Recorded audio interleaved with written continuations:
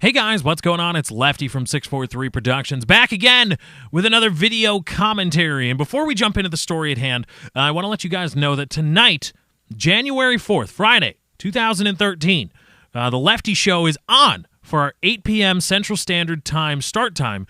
Again, for the much-loved, a lot of love out there for the Lefty Show. 8 p.m. Central Standard Time tonight, Friday, January 4th.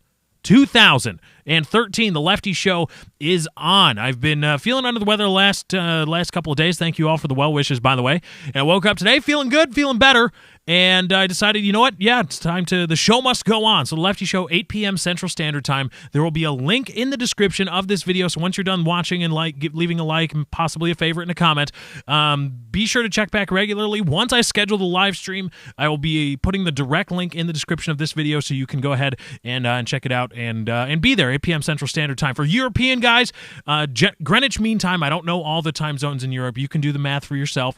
If you're in Europe, and you know, I'm hoping you would know what Greenwich Mean Time is, because it's in Europe. Greenwich Mean Time is about 6 hours ahead of Central Standard Time, if I remember correctly. So that means a 2 a.m. start time for the Lefty Show, at least in the Greenwich Mean Time zone. If you're in Europe and you know Greenwich Mean Time, you can do the math from there. 2 a.m. Greenwich Mean Time start time for the Lefty Show. But anyway, I did a video a while back entitled Yelling at Idiots, in which I talked about, you know, when I was in a movie theater, when I forcefully, audibly silenced some people that just wouldn't be quiet in a movie theater. And I told that story, and I put it in your guys' hands if I was an a-hole.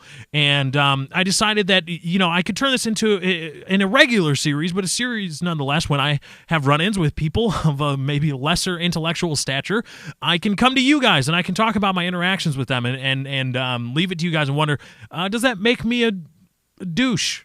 Am I a douche? I mean, I know I can be douche-ish sometimes, but, you know, sometimes I really do try not to be, and despite what many people may think, I don't yell at everybody.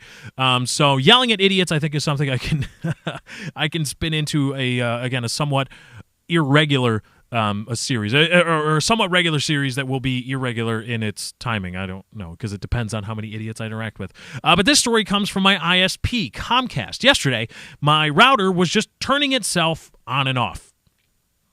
I don't know why. There wasn't any other overt problems with my internet. When I was connected to the internet, there was no problem whatsoever, no speed issues, no nothing, no random disconnects, no random slowdowns in speed or anything like that. The router, for whatever reason, would just turn on or turn off and then turn back on, like you had gone into the back and just unplugged the power cord for a split second and then just plugged it back in.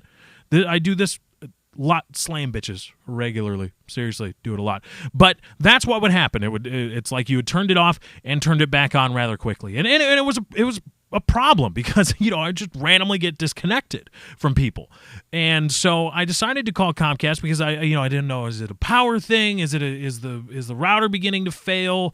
What's happening? Is it the modem? I have no idea. But I decided, since it's the property of Comcast anyway, the router is, I would have to call them regardless. So I get on the phone, and I'm talking to the guy, and Comcast and a lot of places like that, they outsource all their customer service to call centers. It's just separate companies that say, okay, we will provide your tech support for a fee. And people will, when people call your number, they'll go into a switchboard and they'll get routed to us. So the guys that are answering the phones at Comcast are technically Comcast employees, but they're contractors. They're not actually like going to a Comcast building, or at least that's the way it is for some ISPs. I don't know. Maybe Comcast is different. I don't know. But regardless, I'm pretty sure they outsource.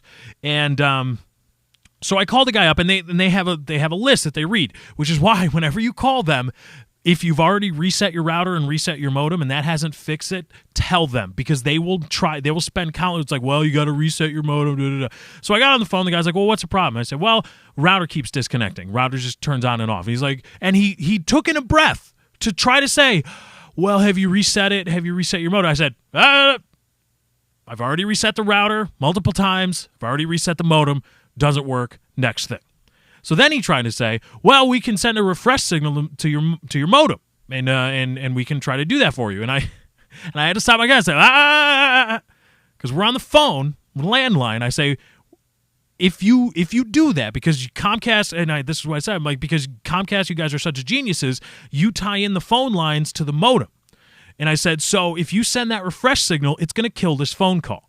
and I don't really want to call back and have to deal with all the account verification, all that stuff.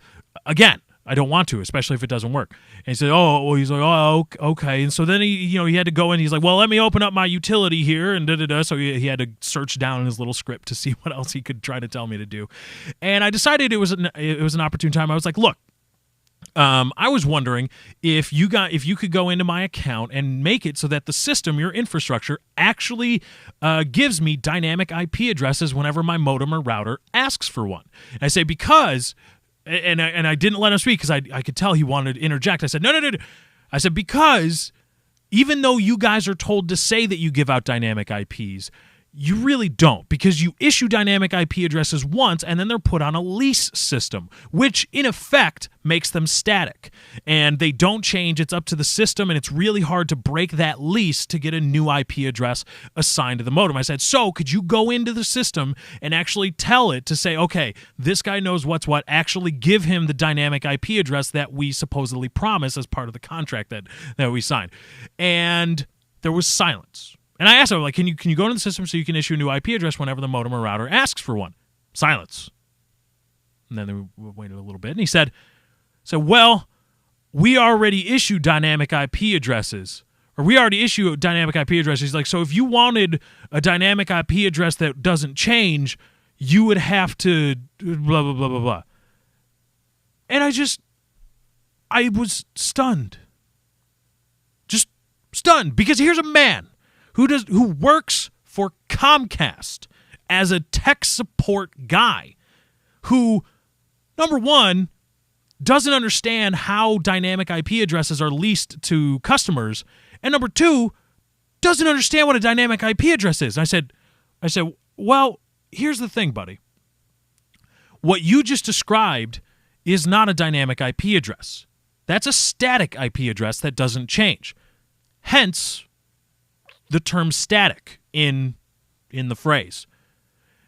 And I was being just condescending, because how do you as a tech rep, and how do you as Comcast allow that phone call to happen where I say I have been the victim of denial of service attacks, and I would really like it if you guys actually issued dynamic IP addresses so that I could quickly and easily, snap change my IP address if need be to prevent these attacks. And here's this guy, well, if you want a dynamic IP address that doesn't change, you're going to have to. And I just said, and then it got to the point he started, it was like a broken record. He started in again about, well, you would have to talk to the blah, blah, blah about getting a dynamic IP address that doesn't change. And I just said, you know what? Don't worry about it. Let's just get back to the router thing, because this clearly is something that I'm going to have to talk to your supervisor about. And then that was it. And I ended it there. And I'm wondering, does that make me a dick? Am I a dick because of how I treated this guy? Because he's supposed to know what a damn dynamic and static IP address is. He's the guy that answers the damn phone at tech support. Come on, man. Let me know in the comments below, especially because I pay for this damn crap. To hell. But anyway, guys, this is my time. I got to get out of here. Thank you for joining. I hope you enjoyed. Remember, Lefty Show tonight, 8 p.m. Central Standard Time. Thank you guys for joining. I hope you enjoyed. I am out.